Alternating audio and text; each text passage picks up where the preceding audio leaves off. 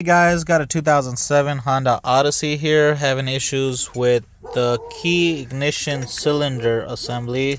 The issue is if you put the key in, it doesn't turn, it's getting jammed.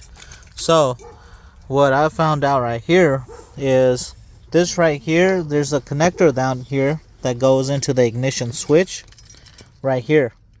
I cut that off. As you can see right here, it connects like this into the cylinder assembly. So let me tell you another way to get around that. This main white wire is your 12-volt battery, constant power. You got the black and yellow for the accessories. The red and white and the black and red is for your blower, for the front blower and the back blower. This black and white wire right here is for your starter. So what I did was I installed two switches here. Right here is for your accessory and to power it on, and right here I got a starter switch. So right here all I did was combine the accessory and the two blower wires together, and you got the power. The main white wire right here is for the power, right? All you did was connect these two right here into this switch right here. So as you can see, it's no power right now, and as soon as you flip it on, see, got some power. So, and then while you have that, I got the other main black and white wire that goes into the starter and got it hooked up into the constant as well, into this belt switch right here.